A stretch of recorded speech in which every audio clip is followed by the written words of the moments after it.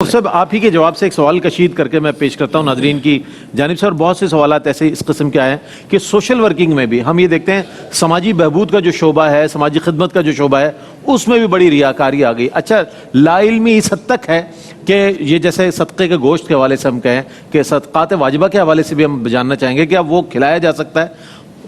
آپ کی رائے یا اس حوالے سے کیا ہو سکتی ہے کہ کیا اس کو علیحدہ سے مینشن نہ کیا جائے کہ جناب یہ خالصتاً صدقے کا ہے، ہمارے ہاں بے دریغ اس کو استعمال کیا جا رہا ہے؟ اور اس حوالے سے آپ کیا رہنمائی فرمائیں گے، چونکہ بہت سے لوگ لا علمی میں کھا رہے ہیں، تو یہ فرمائیے گا کہ جو دسترخوان لگے ہوئے ہیں اس پر جو بے احتیاطی ہو رہی اس انداز میں، اور مفتیان دین کی رہنمائی کے بغیر، کیا فرمائے گا؟ جی ہاں، یہ 2-3 دن پہلے بھی ڈسکس ہوا تھا۔ مسئلہ یہ ہے کہ اگر صدقات واجبہ ہیں، مثلا زکوٰۃ ہے، فطرہ ہے، روزوں کا فدیہ وغیرہ ہے، اگر یہ چیزیں شرعی فقیر کو مالک بنائے بغیر اس کے لیے مباح کر دی جائیں، جیسے کھانے میں دسترخوان کے بھی مباح کا مطلب ہے کہ آپ کو اجازت ہے، آپ کھا لیں، مالک بنانا مقصود نہیں ہوتا۔ تو یاد رکھیں صدقات واجبہ ادا ہی نہیں ہوں گے،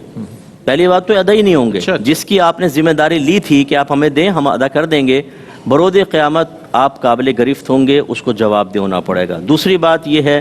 کہ جو کھا رہے ہوتے ہیں ان کو تو نہیں پتہ ہوتا کس قسم کا کھانا ہے، وہ سمجھتے ہیں کہ غریبوں کے لیے۔ یہی ہے مفتی صاحب، ان میں سید بھی ہوتے ہیں، ان میں شرعی فقیر جو غنی جس کو کہتے ہیں وہ بھی ہوتے ہیں، جو غیر محتاج ہے وہ بھی آ کر بیٹھ جاتے ہیں، اور ان کے لیے وہ کھانا یقینی سی بات ہے کہ جائز نہیں ہوتا۔ اچھے بھلے لوگ گاڑیوں سے اتر کر 10 روپے یا 15 روپے انہوں نے جمع کرایا، کھانا کھا لیا، تو یہ جو اس غریب کا بھی حق مارا جا رہا ہے، اور دوسری صورت میں وہ بھی بالکل یہ غریب کا حق مارا جا رہا ہے، اور جو بے احتیاطیاں کی جا رہی ہیں یہ بالکل اس کو حرام اور گناہ کبیرہ میں استعمال کیا جائے گا، اس کے لیے لفظ استعمال کیا جائے گا،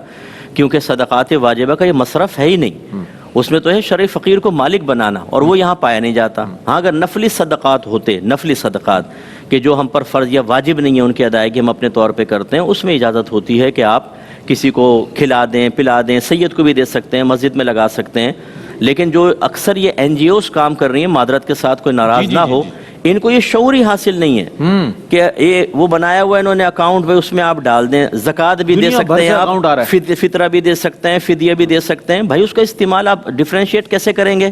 کہ کون سا نفلی صدقہ ہے کون سا نہیں؟ اور پھر آپ جب اس کو استعمال کر رہے ہیں تو آپ نے نہ علماء سے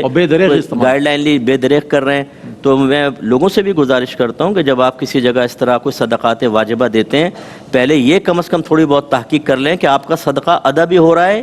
یا ضائع کیا جا رہا ہے۔ بالکل یہ انتہائی امپورٹنٹ چیز ہے۔ صحیح فرمایا آپ نے، کیا کہنا ہے؟ یہ ہوتا ہے علماء حضرات جب کسی بات پہ کلام فرماتے ہیں تو تمام شرعی پہلوؤں کو، احکامات کو سامنے رکھتے ہوئے کیا جاتا ہے، ورنہ تو جو صورتحال ہمارے سامنے ہے واقعتاً اس سے ذہنوں میں سوال ابھرتا ہے کہ یہ کیسے ممکن ہے، چونکہ دینے والا دنیا بھر سے جو ڈونر ہے وہ تو اپنی زکوٰۃ اور خیرات اور صدقات دے رہا ہے۔